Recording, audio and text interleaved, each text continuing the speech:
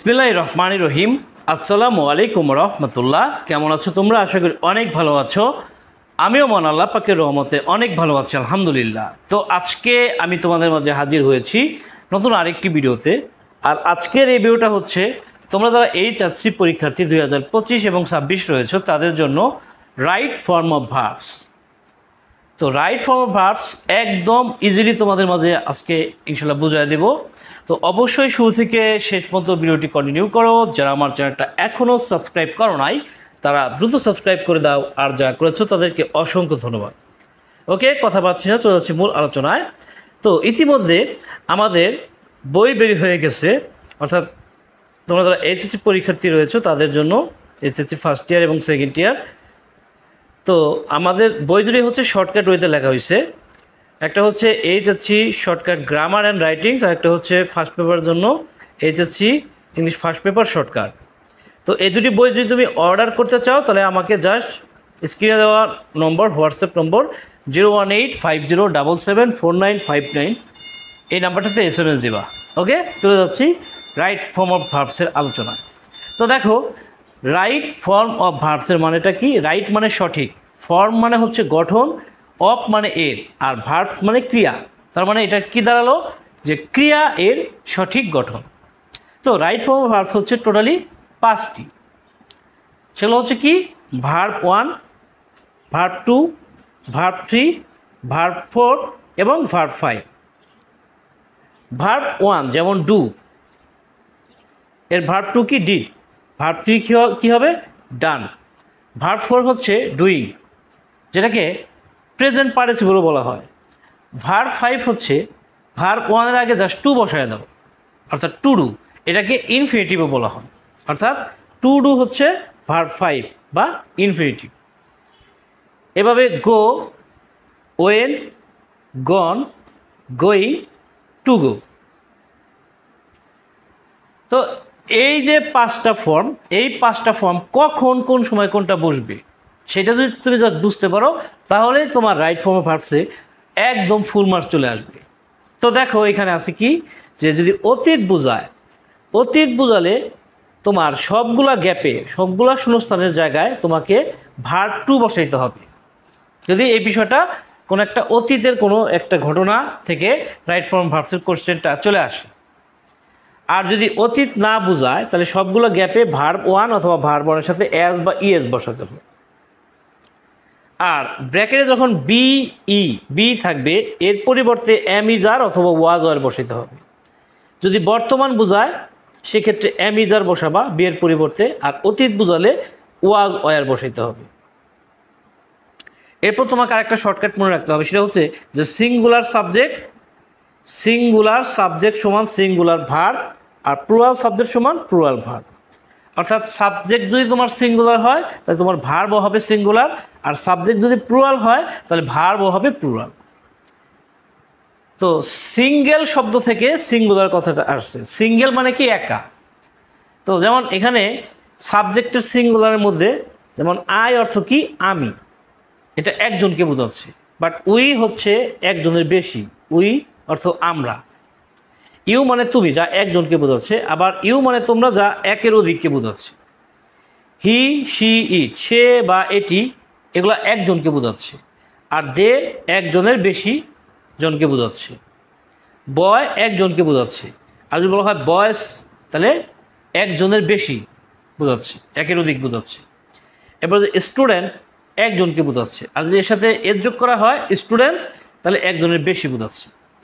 তো যদি একজনের বেশি বোঝায় সেটা হচ্ছে প্লুরাল, অথবা কোনো নাউনের সাথে যদি এর যুক্ত থাকে সেটা হচ্ছে কি? প্লুরাল। আবার ভার্বের ক্ষেত্রে কিন্তু কি আছে? সিঙ্গুলার প্লুরাল আছে। এম বা ইস, এটা হচ্ছে সিঙ্গুলার, এর প্লুরাল হচ্ছে আর। ওয়াজ হচ্ছে সিঙ্গুলার, এর প্লুরাল হচ্ছে ওয়ার। হ্যাজ হচ্ছে সিঙ্গুলার, এর প্লুরাল হচ্ছে হ্যাভ। ডাচ হচ্ছে সিঙ্গুলার, এর প্লুরাল হচ্ছে ডু। তো তুমি নাউনের ক্ষেত্রে কি দেখছো? এর সাথে যদি এর যুক্ত করে দেওয়া হয় তাহলে সেটা প্লুরাল হয়ে যায়। তবে ভার্বের ক্ষেত্রে যদি এর যোগ করা থাকে তাহলে সেটা কিন্তু সিঙ্গুলার। এখানে এম ব্যতীত সবগুলা ভার্বের মধ্যে দেখো ইস, এটার মধ্যে এস আছে। ওয়াজ, এটার মধ্যে এস আছে। হ্যাজ, এটার মধ্যে এস আছে। ডাস, এর মধ্যে এস আছে। তার মানে যে সমস্ত ভার্বের সাথে এস থাকবে সেগুলো হচ্ছে সিঙ্গুলার। এম এবং মডাল ভার্ব ব্যতীত যে সমস্ত ভার্বের সাথে এস থাকবে বা এস থাকবে সেগুলো হচ্ছে সিঙ্গুলার। এখন কথা হচ্ছে যখন তোমার সাবজেক্টের সাথে এস থাকবে না তখন অবশ্যই তোমার ভার্বের সাথে এস বা ইয়েস যোগ করে নিতে হবে। যেমন স্টুডেন্ট, এখানে এ গুড স্টুডেন্ট, এখানে একজনকে বোঝাচ্ছে। তো এই স্টুডেন্ট এই যে নাউনটা এটার সাথে কিন্তু এস যুক্ত করা নাই, যার কারণে তোমাকে কি করতে হবে, ব্র্যাকেটে যে ভার্বটা আছে এই ভার্বের সাথে এস বা ইয়েস যোগ করতে হবে। তো ডুয়ের সাথে ইয়েস যোগ করলে কি হয়, ডাস। এভাবে দেখো the students of our school, তো এখানে যে অফের আগে যে সাবজেক্টটা আছে স্টুডেন্টস, এই স্টুডেন্ট এইটার সাথে কিন্তু এস যোগ করা আছে, যেই কারণে এই যে ভার্ব এই ভার্বটা যা আছে ঠিক তাই রাখতে হবে। অর্থাৎ যখন এই সাবজেক্টের সাথে এস যোগ করা থাকবে তখন ভার্বের সাথে এস বা ইয়েস যোগ করা যাবে না, ঠিক আছে? অর্থাৎ ডু এখানে ডুই থাকবে। এরপর আসি প্যাসিভ বুঝালে। প্যাসিভ ভয়েস যদি বোঝায় তাহলে সেই ক্ষেত্রে কি হয়, অক্সিলারি প্লাস V3 হবে। তো প্যাসিভ বুঝাইছে কি না এটা তুমি আসলে বুঝবা কেমনে? বুঝবা হচ্ছে দেখবা যে সাবজেক্ট যদি নিজে নিজে কাজ করতে না পারে কিংবা সাবজেক্ট যখন বস্তু হয় তাহলে সেটি হচ্ছে কি প্যাসিভ, তাহলে সেক্ষেত্রে তোমাকে অক্সিলারি প্লাস V3 বসাইতে হবে। যেমন এখানে আছে ফুটবল, এটা আছে কি ফুটবল, তো এখানে ফুটবল এখানে সাবজেক্ট। এখন ফুটবল কি কোনো ব্যক্তি না বস্তু? অবশ্যই এটা একটা বস্তু, যেহেতু এখানে সাবজেক্ট ফুটবল বাট এটা একটা বস্তু। এরকম যদি কোনো সাবজেক্ট বস্তু হয় তাহলে সেই ক্ষেত্রে তোমাকে অক্সিলারি হিসেবে am is are was were নিতে হবে এবং ব্র্যাকেটে যে ভার্বটা থাকবে সেই ভার্বটাকে ভার্ব 3 করতে হবে। তো এই কারণে এখানে হয়েছে football is played all over the world, মানে ফুটবল সারা বিশ্বজুড়ে খেলা হয়। একইভাবে যদি বলি ইংলিশ এখানে একটা বস্তু, তো এখানে স্পিক রয়েছে, এজন্য এখানে হবে কি is spoken, English is spoken all over the world, অর্থাৎ ইংরেজি সারা বিশ্ব জুড়ে বলা হয়। তো এগুলো আসলে প্যাসিভ কেন করা হলো? প্যাসিভ এই জন্যই করা হয়েছে কারণ এখানে ফুটবল আর ইংলিশ দুটোই সাবজেক্ট বাট এরা হচ্ছে বস্তু। এরপর আসি উদ্দেশ্য বোঝালে বা অবজেক্ট যখন বস্তু হবে তাহলে সেক্ষেত্রে তোমাকে 2 + ভার্ব 1 বসাইতে হবে। যখন উদ্দেশ্য বোঝাবে ওই সেন্টেন্সটা দ্বারা উদ্দেশ্য বুঝাইছে কিনা, যদি উদ্দেশ্য বোঝা থাকে তাহলে সেক্ষেত্রে 2 + ভার্ব 1 হবে, অথবা অবজেক্ট যেটা থাকবে সেটা যদি একটা বস্তুকে বোঝায় তাহলে সেক্ষেত্রে 2 + ভার্ব 1 হবে। যেমন এখানে দেখো উই ইট ফুডস, এখানে উই হচ্ছে সাবজেক্ট, ইট হচ্ছে ভার্ব আর ফুডস হচ্ছে অবজেক্ট। তো এখানে ফুডটা হচ্ছে কি অবজেক্ট, যেটা একটা বস্তু। তো বস্তু হওয়ার কারণে এখানে যে ব্র্যাকেটে যে ভার্বটা আছে লিভ, এই লিভের আগে জাস্ট 2 বসায় দাও, অর্থাৎ টু লিভ হবে, টু লিভ। এখন উদ্দেশ্য যদি না বোঝায় অথবা অবজেক্ট যখন ব্যক্তি হয় তখন তোমাকে ভার্বের সাথে আইএনজি করতে হবে। যদি অবজেক্ট যেটা থাকে সেই অবজেক্টটা যদি কোনো ব্যক্তি হয়, যেমন এখানে হিম, এটা একটা ব্যক্তি হওয়ার কারণে এখানে যে ভার্বটা আছে এই ভার্বটাকে তোমার আইএনজি করে দিতে হবে, অর্থাৎ গোয়িং হবে এখানে। তো এই হচ্ছে 5টা বেসিক রুলস, যে 5টা রুলস জানলেই তুমি রাইট ফর্ম ভার্বসে কিন্তু ফুল মার্কস পেয়ে যাবে। তুমি যদি রিস্ক নিতে না চাও তোমাকে কিছু এক্সট্রা রুলসের কথা বলবো, সেগুলো তোমাকে পড়তে হবে। হ্যাঁ, সেটা হচ্ছে কি মডাল ভার্ব বা টু থাকলে অবশ্যই গ্যাপে তুমি ভার্ব 1 বসাবা। যেমন এখানে ক্যান একটা মডাল ভার্ব, এখানে ভার্ব 1 বইছে গো। এবার মডাল ভার্ব বা টু এর পর যদি বি উল্লেখ থাকে তাহলে তোমাকে গ্যাপে ভার্ব 3 বসাইতে হবে। যেমন এখানে শুড বি রয়েছে, শুড একটা মডাল ভার্ব, এর সাথে বি উল্লেখ আছে, তো এখানে টেক থেকে কি হয়ে যাবে, টেকেন হয়ে যাবে। এরপরে ব্র্যাকেটে যখন নট উল্লেখ থাকবে তখন তোমাকে do not, does not, did not, can not, could নটের পরে ভার্ব 1 বসাইতে হবে। যেমন এখানে দি কিং নট আন্ডারগো, তো এখানে কি হবে ডিড নট আন্ডারগো। এরপরে now, at this moment, day by day, এগুলো যদি থাকে তাহলে এম ইজারের সাথে ভার্বের সাথে আইএনজি হবে। তো এখানে যেহেতু নাও রয়েছে এজন্য এটার সাথে এম ইজারের মধ্যে আর হবে, আর এডুকেটিং, কারণ উইমেন তো আসলে প্লুরাল হলে তার সাথে আর যায়, তাহলে উইমেন আর এডুকেটের সাথে আইএনজি করলে কি হয় এডুকেটিং। এরপরে অক্সিলারির পরে গ্যাপ থাকলে ভার্ব 3 অথবা ভার্বের সাথে আইএনজি হয়। তো আমরা জানি যে হ্যাভ বা হ্যাজ বা হ্যাড এদের পরে কি হয় ভার্ব 3 হয়। তো হ্যাজ রাইট, তো এই রাইট থেকে কী হয়েছে রিটেন হয়েছে। এভাবে ইয়েট বা just now, recently, late, at present এগুলো যদি উল্লেখ থাকে তাহলে হ্যাভ বা হ্যাজের পরে ভার্ব 3 ইউজ করতে হবে। তো যেহেতু এখানে হ্যাজ রয়েছে তো অবশ্যই এটা কি হবে ভার্ব থ্রি। শিফট থেকে হলো কি শিফটেড। এভাবে যদি কোনো ফ্রেজ বা টু ব্যতীত প্রিপোজিশন থাকে তাহলে ভার্ব ওয়ানের সাথে তোমার কি করতে হবে আইএনজি করতে হবে। ফ্রেজ বা প্রিপোজিশন থাকলে ভার্ব ওয়ানের সাথে কি করতে হবে আইএনজি করতে হবে। তো এখানে কি আছে যে he came to me with a view to. তো উইথ এ ভিউ টু একটা ফ্রেজ থাকার কারণে এখানে লার্ন থেকে কি হয়েছে লার্নিং হয়ে গেছে। এভাবে উইশ বা অ্যাজ ইফ যদি উল্লেখ থাকে প্রশ্নপত্রে তাহলে সেক্ষেত্রে ওয়ার অথবা ভি টু হবে। এখানে যেহেতু উইশেষ কথাটা আছে এজন্য এই বি এর পরিবর্তে কি হবে ওয়ার। এই বি এর পরিবর্তে কি লিখতে হবে ওয়ার। এবার যদি লিস্ট থাকলে তোমাকে শুড প্লাস ভার্ব ওয়ান ব্যবহার করতে হবে। Should plus verb one. এখানে যেহেতু লিস্ট উল্লেখ আছে আর এখানে রয়েছে মিস, তো শুড মিস হবে এখানে শুড মিস। এরপর যদি উচিত অর্থ হয় তাহলে সেক্ষেত্রে শুড প্লাস ভার্ব ওয়ান বসে। We dash offend our parents. আমাদের পিতামাতার অবাধ্য। অফেন্ড মানে কি অবাধ্য হওয়া। অফেন্ড মানে হচ্ছে অবাধ্য হওয়া। তাহলে আমাদের উচিত পিতামাতার অবাধ্য হওয়া, তাহলে এটা তো সংগতিপূর্ণ না, এজন্য তোমাকে নেগেটিভ ব্যবহার করতে হবে শুড নট অফেন্ড, মানে আমাদের উচিত নয় পিতামাতার অবাধ্য হওয়া।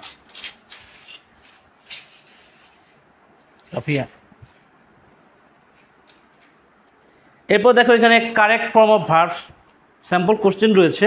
তো এটা এখন আমরা উপরোক্ত রুলসগুলো অনুযায়ী সলিউশন করবো ইনশাআল্লাহ। তো এখানে দেখো যে Jerry is an orphan. Jerry একজন এতিম। He comes to the orphanage at the age of 4। হ্যাঁ, অর্থাৎ 4 বছর বয়সে সে এতিমখানায় এসেছিল। তার মানে এটা বুঝে যাচ্ছে যে এটা একটা অতীত ফরম্যাট। তো যেহেতু এটা অতীত বোঝাচ্ছে তাহলে সবগুলা ব্র্যাকেটে যতগুলা ভার্ব আছে এখানে টোটালি তোমাদের 14টা ভার্ব থাকবে, 14টা ব্র্যাকেট থাকবে। এই 14টা ব্র্যাকেটে ম্যাক্সিমাম ভার্বগুলোই বেশিরভাগ ভার্বগুলোই কী হয়ে যাবে ভার্ব টু হয়ে যাবে। তো এখানে টোটালি 10টা আছে, কিন্তু তোমাদের পরীক্ষায় তোমরা যারা 2025 পরীক্ষা দিতে যাচ্ছ তাদের কিন্তু 14টা গ্যাপ থাকবে। এই 14টা গ্যাপে তাহলে এই ধরনের ক্ষেত্রে তোমাকে ভার্ব টু ব্যবহার করতে হবে, যেহেতু প্রথমটা এখানে ভার্ব টু হইতেছে। তো এখানে কামের ভার্ব টু কি কেম, জাস্ট তুমি কেম বসায় দাও তাহলে অ্যান্সারটা হয়ে গেল। পরেরটা হচ্ছে লসের জায়গায় তোমাকে জাস্ট লস্ট বসায় দিলে হয়ে গেল। কমিট শব্দের ভার্ব টু কি কমিটেড, এটা বসায় দাও তাহলে তোমার হয়ে গেল। পরে ডি নাম্বার দেখো, ডি নাম্বার কিন্তু রিকালেক্টেড হবে না। কেন হবে না? কারণ এখানে কুড মডাল ভার্ব রয়েছে। মডাল ভার্বের পরে ভার্বের বেস ফর্মটা বসে, অর্থাৎ ব্র্যাকেটে যে ভার্বটা আছে সেই ভার্বটাই তোমাকে বসাইতে হবে। আর ইন স্পাইট অফ এটা একটা ফ্রেজ হওয়ার কারণে তোমাকে আইএনজি করতে হবে। তো বি এর সাথে আইএনজি করে দাও বিং। হ্যাঁ, এরপরে he had developed a strong fabric of morality. এরপর দেখো এই যে ড্র, এই ড্র এর পাস্ট কি ড্রিউ, DREW ড্রিউ। ড্রকে জাস্ট পাস্ট করে দাও। এরপরে ইমপ্রেস রয়েছে এখানে, ইমপ্রেসকে ভার্ব টু করলে হয় ইমপ্রেসড। আর এখানে দেখো she started show affection for him. তো অ্যাফেকশন এটা একটা বস্তু, তার মানে এখানে যে অবজেক্ট, এই অবজেক্টটা একটা বস্তু হওয়ার কারণে কি করতে হবে টু প্লাস ভার্ব ওয়ান, অর্থাৎ এখানে হবে টু শো এর আগে জাস্ট টু বসাইতে হবে। আর এখানে বাক্যটা Jerry dash take her for his mother. তো এইটা জেরিকে তার মায়ের জন্য, মানে লেখকের মায়ের জন্য আনা হয়েছিল। তো এই কাজটা তো আর জেরি করে নাই। যদি সাবজেক্ট নিজে কাজ না করে তাহলে সেটা প্যাসিভ ফর্মে যায়, অর্থাৎ এম ইজ আর ওয়াজের সাথে কি করতে হবে তোমার V3 করতে হবে। তো Jerry was taken for his mother. He fabricated A lie win her heart. তো এখানে হার রয়েছে, হার কি একটা ব্যক্তি। তো এই হার ব্যক্তি হওয়ার কারণে এই উইন যে ভার্বটা রয়েছে ব্র্যাকেটে এটাকে জাস্ট উইনিং বানিয়ে দিতে হবে। তো দেখো কত সহজ রাইট ফর্ম ভার্বস অ্যান্সার করা। এরপর আমরা আরও একটু দেখি বর্তমান ফরম্যাটের air an important element of the environment. তো বলা হচ্ছে বাতাস পরিবেশের একটা গুরুত্বপূর্ণ উপাদান। তো এই যে পুরা কোশ্চেনটা রয়েছে, হ্যাঁ 10টি শূন্যস্থান রয়েছে এতে। তো এখানে কোথাও কিন্তু অতীতের কোনো কিছু নাই। তো যেই কারণে এগুলা সব হচ্ছে V1 হবে, অর্থাৎ এয়ার এখানে যে বি আছে আমরা জানি বি মানে কি অ্যামিজার, তাহলে এয়ারের পরে কি is. Air is an important element of the environment but it is constantly being. Having বা বিং যদি থাকে তাহলে তারপরে অবশ্যই ভার্ব 3 হয়। তো এখানে পলিউট থেকে পলিউটেড, জাস্ট এখানে ডি যোগ করবা, পলিউট শব্দটার সাথে জাস্ট ডি যোগ করে দিলেই কী হয়ে গেল, পলিউটেড হয়ে গেল। In many ways we make fire to cook food and do many works. হ্যাঁ, অ্যান্ডের আগে কি আছে, ভার্ব ওয়ান আছে, ম্যাক ভার্ব ওয়ান, তাহলে অ্যান্ডের পরেও কী হবে, ভার্ব ওয়ান হবে, অর্থাৎ ডু এখানে ডুই থাকবে। তারপর this fire ইমিটস smoke which contaminate, contaminate, contaminate এটা ভার্ব ওয়ান রাখতে হবে। তো এখানে দিস ফায়ার, এখানে ফায়ারটা মূলত সাবজেক্ট। হ্যাঁ, তো এই যে এখানে যে ভার্ব, এই ভার্বের সাথে এর যোগ করা হয়েছে, তাহলে কন্টামিনেট যে ভার্ব এটার সাথে কী যোগ করতে হবে, এর যোগ করতে হবে, কন্টামিনেটস। এরপরে এসে বাই, বাই, তারপরে এখানে আছে বার্ন। তো আমি বলছি যে টু ব্যতীত যত প্রিপোজিশন আছে সমস্ত প্রিপোজিশনের পরে আইএনজি হয়, তাহলে এখানে তোমাকে কি করতে হবে, বার্ন থেকে কি হবে, বার্নিং। ঠিক আছে, ওকে। এরপরে এয়ার পলিউশন, এয়ার পলিউশন একটা আনকাউন্টেবল নাউন। তো আনকাউন্টেবল নাউন সবসময় সিঙ্গুলার হয়, তো এজন্য এটা ভার্বটাকেও সিঙ্গুলার রাখতে হবে। তো হ্যাপেন থেকে কি হবে, হ্যাপেন্স, হ্যাপেনের সাথে এর যোগ করতে হবে।